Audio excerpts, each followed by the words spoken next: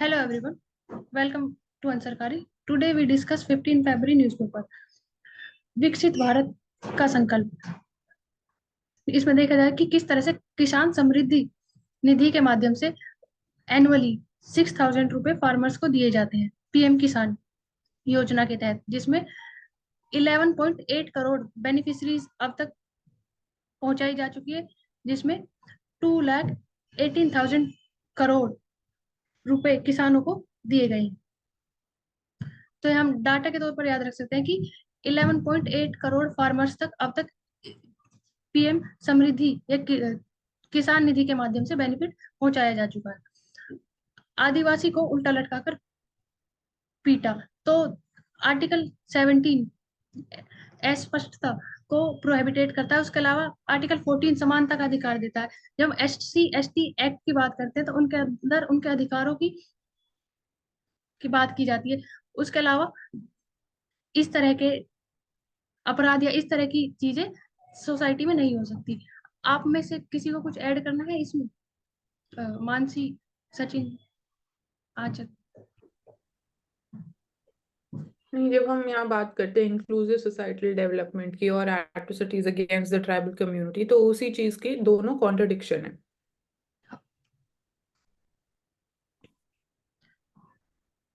बीमा सुगम जनगठन प्रस्ताव, तो ये है कि इसमें कनेक्ट किया गया है ताकि ज्यादातर लोगों को जो भारतीय बीमा निगम विकास प्राधिकरण के माध्यम से जोड़ा जा सके और उन्हें जो इंश्योरेंस की फैसिलिटीज है उनको बारे में अवेयर किया जा सके और उनके जो सुविधाएं उन्हें मिलनी चाहिए उनको मिलाया जा सके, उनको दी जा सके। जैसे बीमा सुगम इलेक्ट्रॉनिक बाजार स्थल नियम 2024 के तहत कहा गया है। दिल्ली में 350 इलेक्ट्रॉनिक बसों को झंडी दिखाई गई। इसमें हम देख सकते हैं कि किस तरह से इलेक्ट्रॉनिक बसों के माध्यम से जो पोल्यूशन है उसको कम किया जा रहा है। और भारत का पहला और विश्व का तीसरा शहर बन गया है जिसमें इलेक्ट्रॉनिक बसें जो यूज की जा रही है। उसके अलावा जब हम सेफ्टी की बात करते हैं तो ई फ्लोरिंग की है, जीपीएस सिस्टम है, सीसीटीवी है और पैनिक बटन समेत अनेक सुविधाएं दी गई है ताकि किसी प्रकार की समस्या उत्पन्न ना हो, ताकि प्रदूषण को रोका जा सके। और ब्लू लाइन बस डीजल व पेट्रोल पर चलती है, उनके माध्यम से किया जा सके। तो सरस यहाँ पे हम आजीविका। बोल सकते हैं कि पब्लिक ट्रांसपोर्टेशन जो है वो एक इम्पॉर्टेंट एलिमेंट है, पिलर है, जब हम स्मार्ट सिटीज क्रिएशन की बात करते हैं। तो इवन पब्लिक ट्रांसपोर्टेशन में भी we are seeing a shift towards green transportation. हाँ। सरस आजीविका मेला 2024, तो ये किस तरह से ग्रामीण महिलाओं को जो उनकी शिल्प कलाएं होती है, परंपरागत हस्तकला होती है, उनको संस्कृति को बढ़ावा देने के लिए और उन्हें ज्यादा से ज्यादा समुदाय के साथ जोड़ने के लिए सरस आजीविका मेला चलाया गया ताकि उनकी आजीविका इनकम भी बनाई जा सके और जो उनकी परंपराएं है, संस्कृत है, उनको संरक्षण भी किया जा सके और ज्यादा से ज्यादा लोगों तक पहुंचाया जा सके।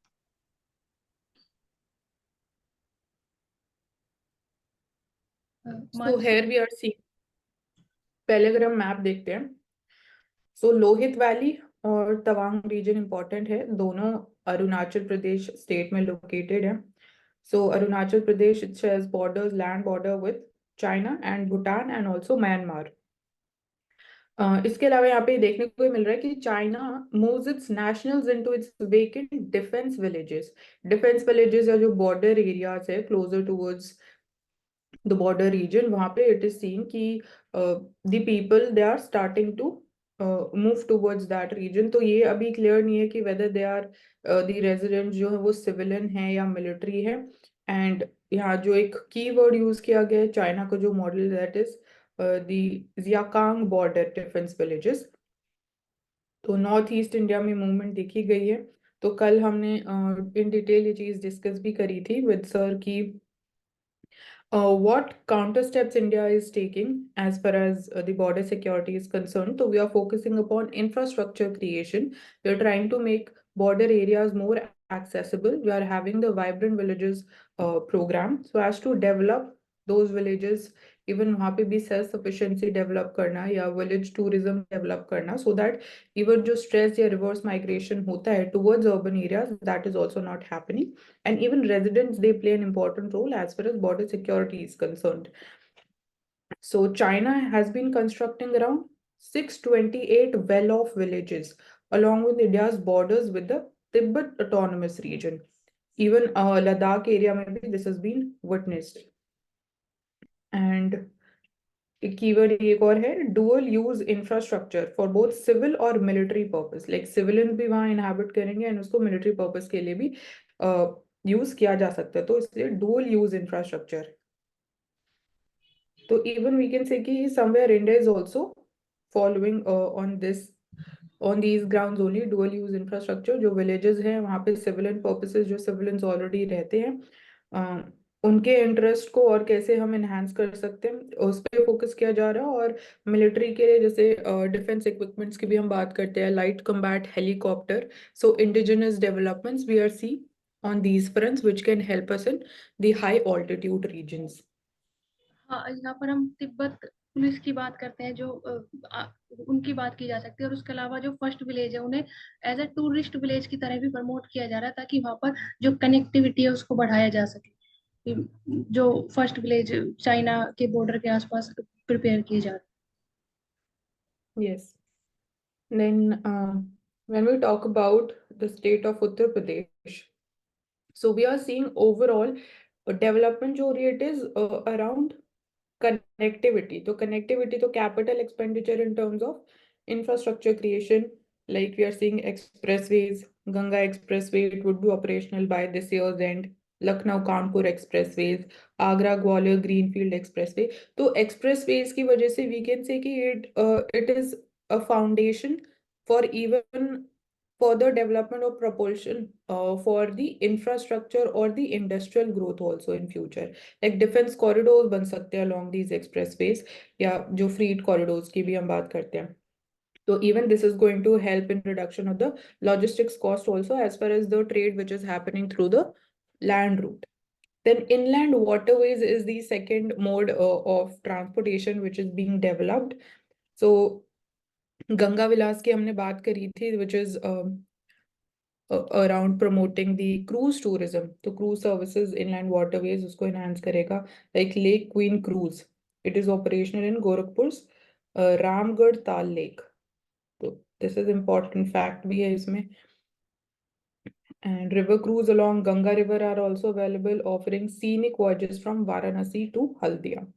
तो inland waterways, national waterways one की हम बात कर सकते हैं, it is located there. Then metro expansion, metro network, that is also being emphasized, and timely completion of projects under PM Gati Shakti program is being done. So detailed project reports, timely, they are being submitted and assessed and analyzed. Then we can talk about creation of airports. So airport construction, that is also in full swing. For example, Noida International Greenfield Airport, Jawar Airport जिसको हम बोलते हैं. So this is it. तो greenfield और brownfield में difference is कि greenfield are the projects जो completely from the very beginning they are being developed from scratch. वहाँ like the land is barren, कुछ भी नहीं है. तो वहाँ पे जो project होते हैं, जो developments होती है, they are called greenfield. And otherwise suppose there is a standing infrastructure है एक basic level का, and then if that is being developed उसको और enhance किया जा रहा है, जो बाकी basic services हैं they are being deployed there, तो that is called brownfield investment. So it is all around the infrastructure development. So 6 expressways are operational in the state of UP. 7 more are under construction. Then metro services, जो metropolitan services है, metropolitan cities हैं like Lucknow, Ghaziabad, Noida, Greater Noida, Kanpur, Agra. And 21 airports are there in UP. 5 international, 16 domestic. Then RTS की हम बात करते हैं, metro Meerut Delhi rapid rail service. So all these जो infrastructure creation है, ये डिस्ट्रेस माइग्रेशन को स्टॉप करने में काफी वी कैन से कि एक बहुत इंपॉर्टेंट रोल प्ले करता है. हैं। यहाँ लिखा हुआ है उत्सव, उद्योग और उम्मीद कनेक्ट कर, यही है नई यूपी की तस्वीर। यस. तो यहाँ हम बात कर चुके हैं इसमें. तो सिलीगुड़ी कॉरिडोर इंपॉर्टेंट है, Tawang region, Lohit valley, it is there in Arunachal Pradesh. Vibrant village programme में इंडिया हमारा प्लान है to develop 663 border villages into modern villages जहाँ पे सारी एम्यूनिटीज अवेलेबल हो।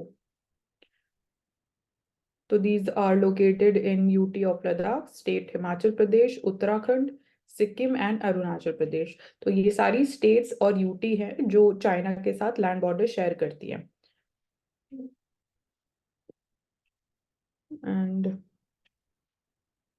so different highways are being constructed like Trans Arunachal highway. तो ये जो अरुणाचल प्रदेश की इंटायर लैंड बाउंड्री है, बॉर्डर एरिया है, it would be developed around that.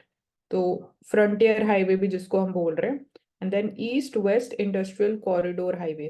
तो overall this is also going to help in terms of more economic development for north east India, better connectivity. जो connectivity एक सबसे बड़ा challenge रहता है for north east India, so it would be dealing and on these lines also. So Dibang Valley is also there in Arunachal Pradesh. तो ये valley वाले questions आते हैं prelims में. So we need to keep these things in our mind. Helipads are being developed, airports. So this is important. And even Northeast India development की जब हम बात करते हैं तो we are seeing कि Japan is a large investor for Northeast infrastructure project. Next topic is, this is about a scheme related to the distribution of assistive devices to senior citizens. So name of the scheme is Rashtriya Vayoshri Yojana. So 60 distribution camps would be there for senior citizens.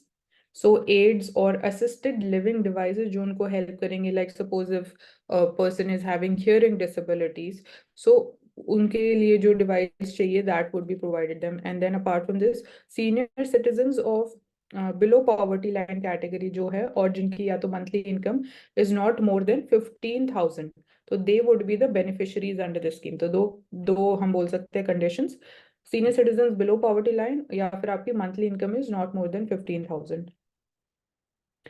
And this is under the ministry of social justice and empowerment. तो दिव्यांगजन tribal people, सो ये बोल सकते हैं this is an example of horizontal devolution of benefits, like old age population, चाहे वो tribal community से हो, दिव्यांगजन से हो, डिप्राइव्ड सेक्शन बीपीएल कैटेगरी से हो, उन सब they would all be covered. So this is an example of horizontal devolution of benefits. National helpline भी है for senior citizen 14567. तो And we also term it as extended social responsibility. yes, we can say so. Care economy की बात कर सकते हैं यहाँ पर, अगर जैसे सीनियर सिटीजन्स के लिए है स्कीम। हाँ, But केयर इकोनॉमी का भी पार्ट बोल सकते हैं।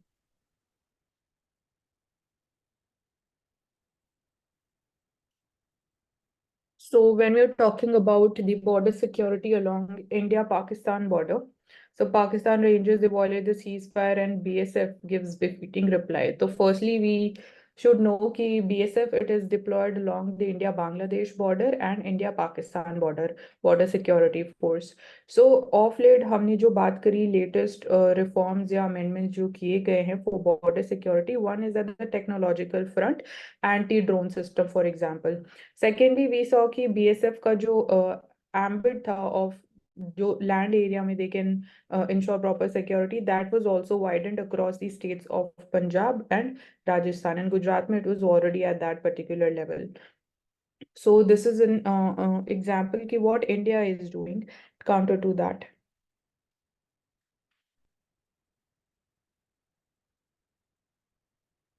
And Jammu Kashmir में भी we've talked about कि how वो we can say कि एंटी मिलिटेंसी में हेल्प कर सकते हैं, कि लोकल पॉपुलेशन जो हमने बात करी थी कि they are also being provided training in terms of using the weapons as far as suppose अगर they detect कि some militants are present before the security forces reach that area, so they can take care of the situation initially for you can say a few minutes or until the security forces are there.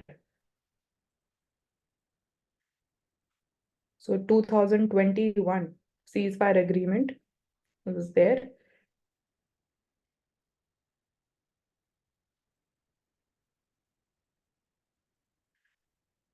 Then when talking about the increased adoption of technology, more digitization, we are seeing कि it is increasing the ease of access, availability, and affordability at the same time. But along with this, we are also seeing certain challenges in terms of like money frauds. Yeah, you can talk about cyber crimes, which are also on the rise simultaneously. So here we see a Karnataka teacher loses rupees 2.8 crore to online job fraud. So this is also somewhere closely linked to the unemployment and how people easily get trapped into such kind of scams. And we have also seen that unemployment is another reason why we are also seeing key human trafficking incidents. They are also on the rise as far as the states of, for example, West Bengal is concerned. Like they are promised jobs and then they are actually being trafficked. So यहाँ हम बात कर सकते हैं unemployment को tackle करने के लिए what can be done. So here we can talk about जो प्राइमरी स्कूल एजुकेशन है, although we say कि जो enrollment rate है that is close to 98 or 97%, but gradually when we talk about the enrollment ratio in the secondary or the higher secondary education, then higher education, so it keeps on falling as far as even the woman or the female is concerned. So we can focus, we can say कि PM Shri program और योजना जो है that can really help. And along with this, we are also seeing कि national education policy that is also being implemented. So these ground level पे ये बहुत important role play कर सकती है. Tribal regions में हमने बात करी एकलव्य school model की, जो tribal residential schools develop किए जा रहे हैं. So ground level पे this can help in terms of strengthening the foundational skill or the foundational knowledge which is required. And apart from this higher level pay, we have talked about uh, that the skills or for example, the courses which are available, they need to be in sync with the skills which are in demand in actually the job market. So here the coordination between we can say the industries of private companies and the universities becomes very important. So they need to be in synergy. हमने बात करी कि like during vacations the industry can provide certain like courses which can be again helpful in terms of skills enhancement. So actual field pay, if you are working and you're getting trained, so that makes a lot of difference. Apart from that, इसमें जो example है ना, ये quick money के example है. क्या आपको लगता है कि आप पैसा लेंड करके और पैसिव इनकम जनरेट कर सकते हो? पूरा एग्जाम्पल हुई उसका, अपार्ट फ्रॉम आपने जो बोला regarding unemployment. Long term steps. हाँ, कि क्विक मनी है ना, कि आप पैसे दे दो, 10 का 20 हो जाएगा, 20 का 30 हो जाएगा. तो ये सिर्फ 38 ईयर्स ओल्ड गवर्नमेंट टीचर के लिए नहीं है. ये आई थिंक जो रिटायर्ड है उनके उनके हिसाब से भी देखा जाए तो वो भी ऐसे ही करते हैं, क्योंकि there is less financial security after retirement. और तो इसी कारण वो भी वहाँ भी होता है. तो इसको क्या, इससे कैसे डील कर सकते हैं? तो एक आपने बताया कि अनएम्प्लॉयमेंट वाला चीज़. दूसरा जो हो जाएगा फिर प्ले स्टोर. प्ले स्टोर वाले जो फेक लोन ऐप है उसमें भी आप कर सकते हो, क्योंकि देखा जाता है कि there is proliferation of the apps, such apps that is not regulated by the CB or RBI. तो वैसा होना चाहिए.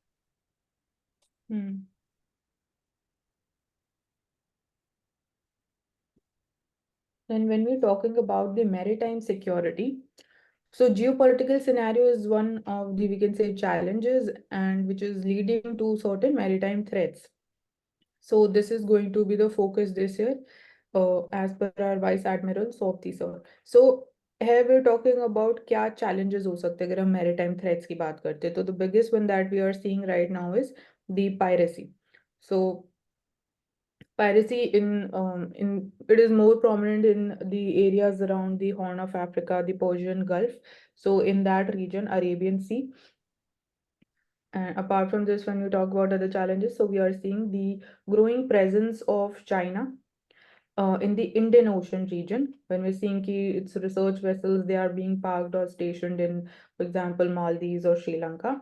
Thirdly, we can say ki under the Belt and Road Initiative, so China-Pakistan Economic Corridor, and now we've recently also talked about the Myanmar-China Economic Corridor. So that is also a problem.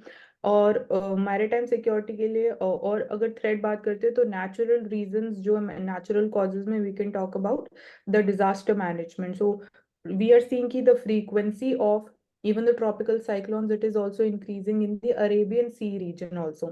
Bay of Bengal may we have talked, but because of climate change now the frequency and intensity of the cyclones is increasing in Arabian Sea as well.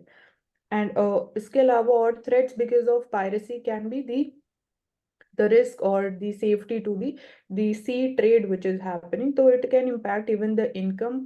जब हम बात करते हैं the income or the forex which is generated through exports, and even for the areas जहाँ पे we are import dependent, it can also impact the food security also, and also the energy security.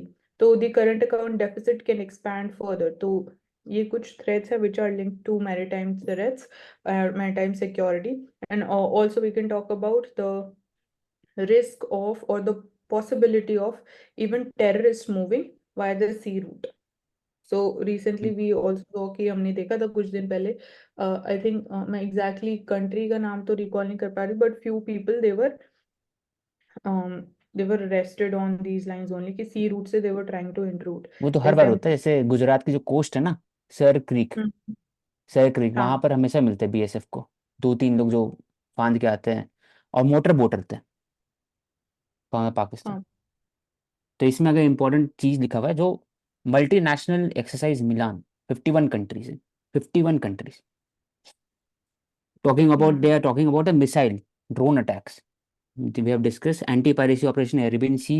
तो Milan. asymmetric, हाँ asymmetric threads लिखा हुआ है कि exist करते, तो ये कीवर्ड हम यूज कर सकते हैं. एसिमेट्रिक, एसिमेट्रिक मतलब होता है Asymmetric. कि सिमेट्रिक कब होगा कि बोथ द कंट्रीज आर नहीं है, यूजिंग हाँ. There army. एसिमेट्रिक मतलब कि नॉन स्टेट एक्टर का इंक्लूजन होता है, या फिर अलग अलग फील्ड में आप यूज करते हो एसिमेट्रिक वॉरफेयर.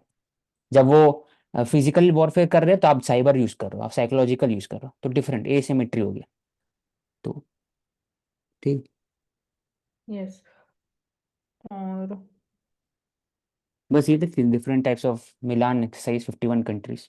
बस यहाँ पे इंश्योरेंस की और बात की गई कि नेवी के है जो ये, इंश्योरेंस, बस याद रखना. यहाँ सेफ्टी इंश्योरेंसेस जो कराई जाती है ट्रेड सेफ्टी के लिए, जो भी गुड्स ट्रांसपोर्ट किए जा रहे हैं तो उसके ऊपर भी इम्पैक्ट होता है, तो क्लेम्स इंक्रीज हो जाते हैं बिकॉज अगर थ्रेट्स, सिक्योरिटी थ्रेट्स इंक्रीज होंगी. हम्म. Blurring lines between the makers of generative AI software and the hardware.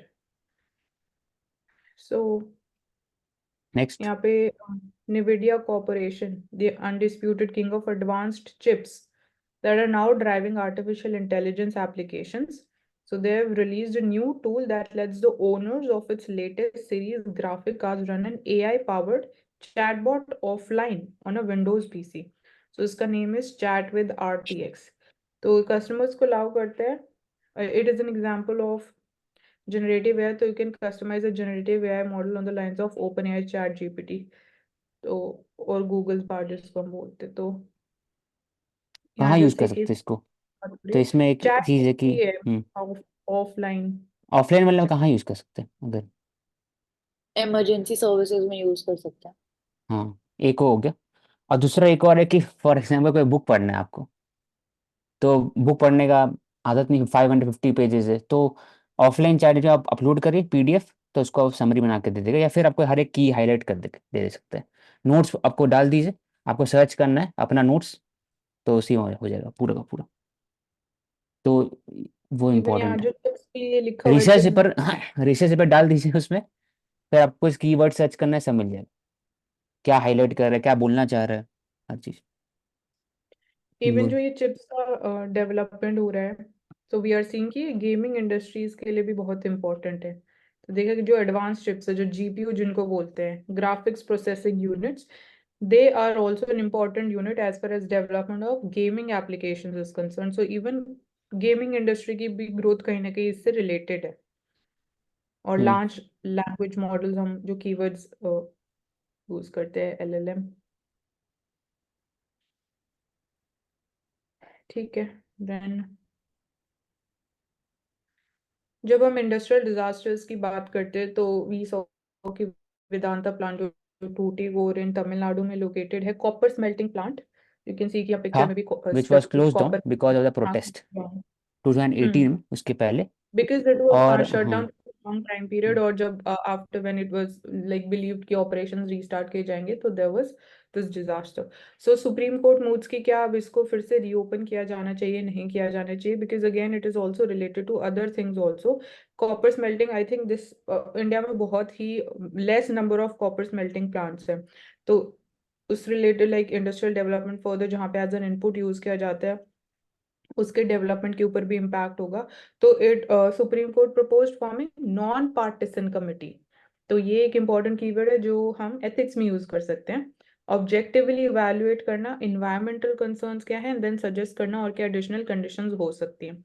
तो कमिटीज पे बनाई गई हैं, एंड 6 years ago इसको क्लोज किया गया on grounds of pollution also. तो सो इसमें लोकल सुप्रीम कोर्ट ये बोल रहे हैं प्रोटेस्ट की ओवरऑल। जो एम्प्लॉयमेंट के ऊपर इम्पैक्ट हुआ, जो वहाँ के लोकल्स हैं, तो वो भी एक कहीं ना कहीं फैक्टर है। लोकल्स वो प्रोटेस्टिंग अगेंस्ट दिस डिसीजन। तो एक विन विन सिचुएशन की यहाँ बात की जा रही है कि कैसे अब win win situation can be created.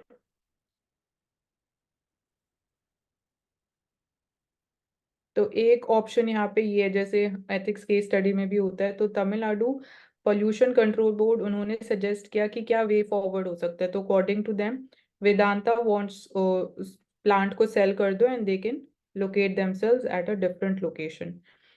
तो एक ये यहाँ पे ऑप्शन है।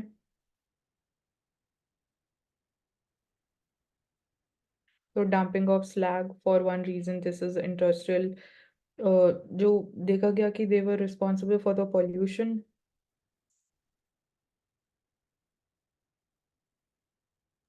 ओवरऑल अगर 2 लाइन में करना चाहिए तो क्या बोलना चाहिए इसमें कि supreme court is trying trying for finding a middle ground. आप पूरे तरीके से बंद नहीं कर सकते, क्योंकि why, because is secure national interest of the country, it generates revenue for the nation and the state, copper.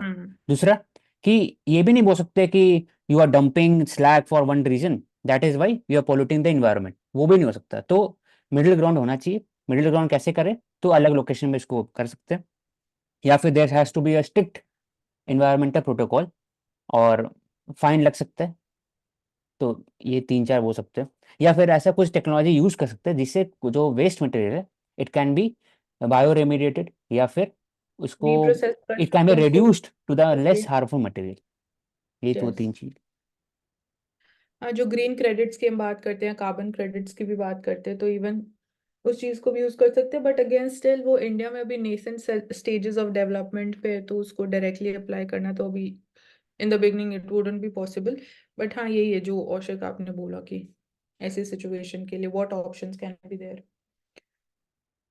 Then when talking about reconsideration of withdrawal of the free movement regime, तो इसमें although we have discussed the nuances related to it, but यहाँ important चीज जो mentioned है कि India is a signatory to the UN Declaration on Rights of Indigenous People, 2000 की ये declaration है, and we believe that India would have taken measures to assert the rights of the indigenous people who are divided by this international border.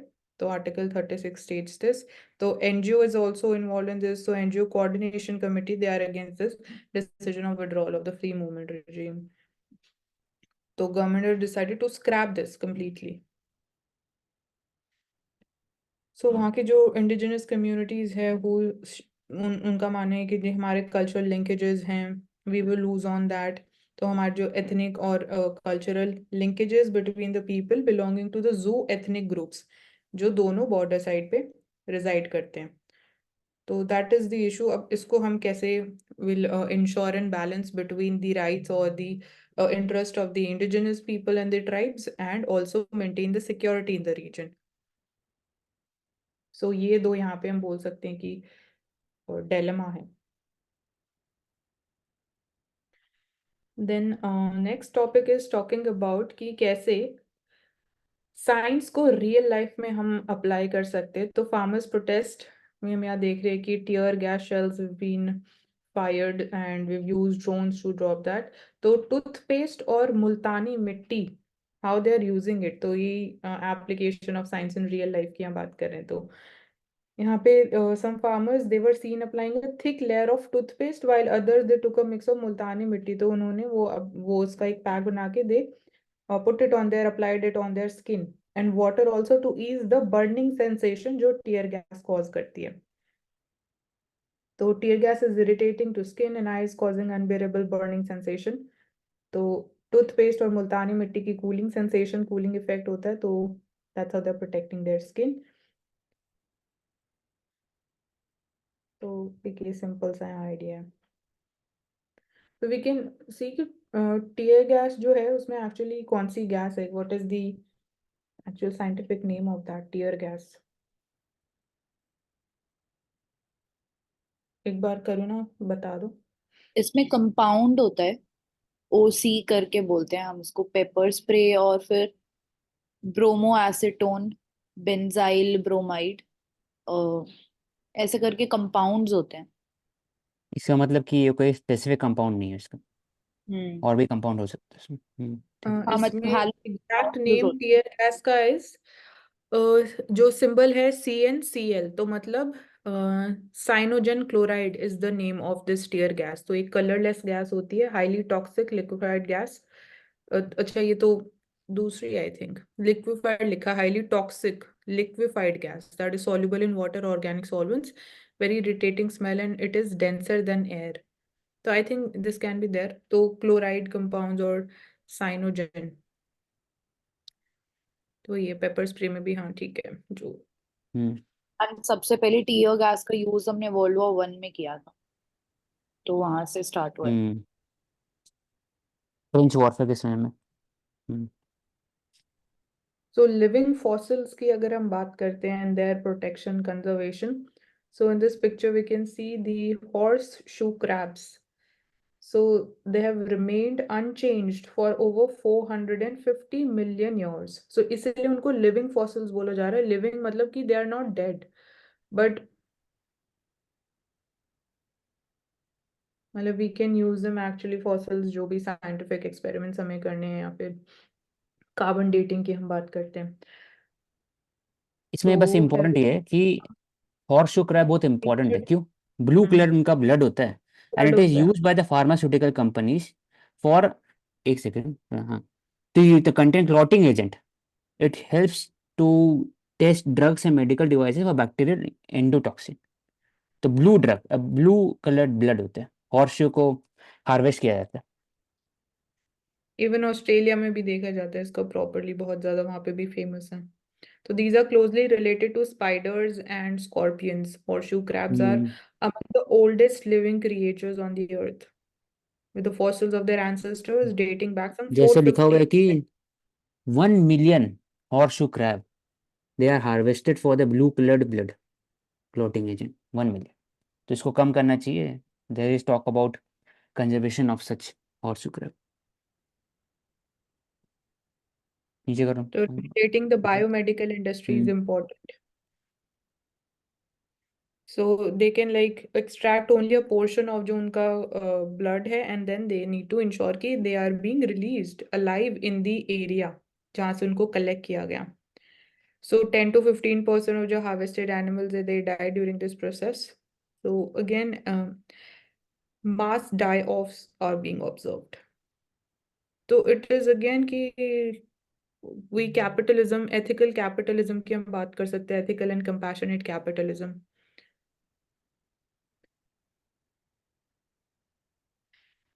Okay quiz, यहाँ पे quiz में हम next. देख रहे हैं. ठीक है, आंसर्स में देखे तो आई थिंक इतना ज्यादा. एंड लिविंग फॉसिल्स बोलते किसको है, मतलब स्पीशीज में भी लिविंग डेफिनेशन क्या? फॉसिल्स मतलब कि फॉसिल्स मतलब कि बहुत ही पुराने टाइम पीरियड के. तो अभी जैसे यहाँ पे मेंशन था कि 450 मिलियन ईयर्स अगो, मतलब ओल्डेस्ट अगर हम बोलें तो ओल्डेस्ट लिविंग क्रिएचर्स हैं. और लिविंग मतलब कि दैट स्टिल नॉट डेड. जो अभी एडवांटेजेस हम अगर हमें कुछ इंफॉर्मेशन चाहिए ऑफ दैट टाइम पीरियड, तो वो we can get to that. तो इसलिए they are called living fossils. इसमें एक और लिखा हुआ है कि living fossil is organism that has kept its form उनका सेम रहा है ओवर द इयर्स, और इट हैज फ्यू और no living relative, sole surviving lineage from the long past. Form में ज्यादा बदलाव नहीं हुआ, वैसे ही हुआ, वैसे ही रहा. इवोल्यूशन बहुत कम हुआ उसमें. इसलिए लिविंग है और फॉसिल है, मतलब पुरानी। ठीक है, we can skip this quiz, इसमें इतना important नहीं है for the day.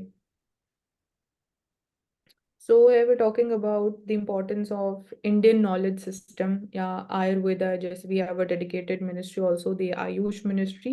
तो heart blockage of 50-year-old cured with Ayurvedic therapy.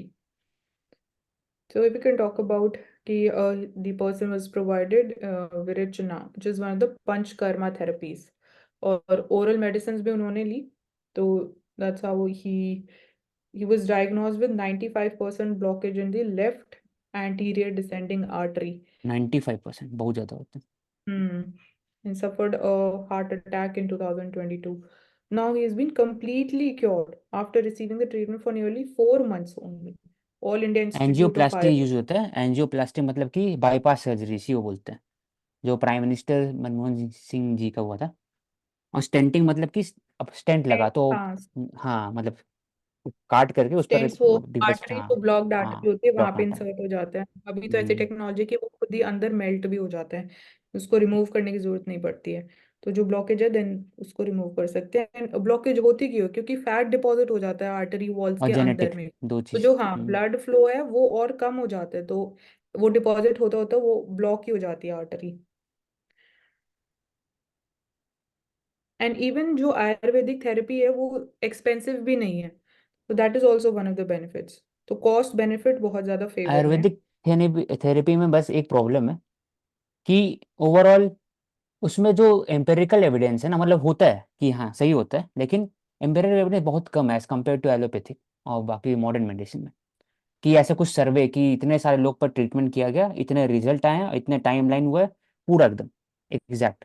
तो I think ministry of Ayush है, उनका एक रोल बनता है कि जो इंडिया में भी अनुसाधन रिसर्च फाउंडेशन बनाया जा रहा है, उसमें आयुष पे भी फंडिंग हो, और जो एम्पेरिकल एविडेंस है, पेपर है, उसको पब्लिक किया जाए, और ताकि more and more people should adopt such kind of practices, जो अफोर्डेबल और भी अगर रहेगा। हम साइंस में हाँ जो टर्म यूज करते हैं फॉर दिस ब्लॉकेज तो उसको क्योंकि बोलते हैं क्योंकि अथेरोस्क्लेरोसिस।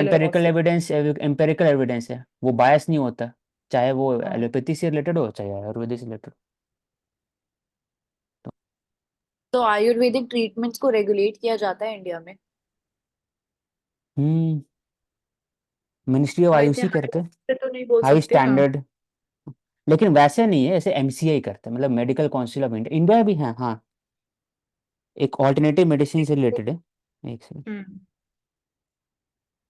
Regulatory body. जो बड़े इंस्टीट्यूट्स है लाइक यहाँ पे मेंशन जो all India institute of Ayurveda है, तो इस लेवल पे तो वी कैन रेगुलेट, बट जो लोकल लेवल पे बहुत छोटी छोटी शॉप्स होती है जो क्लेम करती है आयुर्वेदा मेडिसिन, तो उन पे बिलीव करना इज लिटिल डिफिकल्ट, और उनका drug and regulation. Cosmetic act regulate the herbal medicine in India. Department of Ayush है रेगुलेटरी अथॉरिटी। आयुष वही आयुर्वेदा, योगा, यूनानी, सिद्ध एंड होम्योपैथी। एंड जो क्लैरिटी है कि जो प्रैक्टिशनर है उसके पास कितनी स्किल्स है प्रैक्टिकली, तो वो भी उसमें भी लूप होल्स हम देख सकते हैं अभी। हम्म, क्योंकि जो दो टाइप के लोग होते हैं ना, एक तो है कि ट्रेडिशनल प्रैक्टिस है, आप ट्राइबल एरिया में जाओगे तो यहाँ मोस्टली यहाँ पर इस तरफ में, तो जो हर्बल्स होते हैं ना डायरेक्टली देते हैं कि देखो ये चीज़ है, ऐसे ठीक हो जाएगा, ऐसे ठीक हो जाए डायरेक्टली, और लोग यूज़ भी करते हैं और ठीक हो जाते हैं। तो एक क्वेश्चन उठता है कि वैसे भी है, एक और एक तरीका होता है कि जो प्रॉपर इंस्टीट्यूट है, जैसे पतंजलि इंस्टीट्यूट हो गया बड़े से जो हरिद्वार में, और भी जगह पर जैसे तमिलनाडु में फेमस, याद नहीं आ रहा नाम, वेलोर, और भी इंपॉर्टेंट इंपॉर्टेंट इंस्टीट्यूट है जहाँ पर ऑल्टरनेटिव मेडिसिन यूज किया जाता है, और जो प्रैक्टिकल बेसिस एम्पेरिकल एविडेंस के हिसाब से। तो दो टाइप के। तो वही बात है कि जो जिनका पैसा नहीं होता है, अफोर्ड अफोर्ड नहीं कर सकते, तो पैरा टाइप में जाते हैं, तो उसमें रिएक्शन भी होता है और प्रॉब्लम भी होता है। तो है इसमें रेगुलेशन का इशू है इसमें। तो एंड एएमसी। रेगुलेशन के लिए रिसेंटली जो यूज हो रहा है Ayush health and wellness centres हैं आयुष्मान भारत स्कीम के अंडर, तो उनको उनके थ्रू रेगुलेट किया जा रहा है अभी। Okay, next topic is about tech-driven intelligence और automobile sector revolution. Again यहाँ पे भी जैसे हम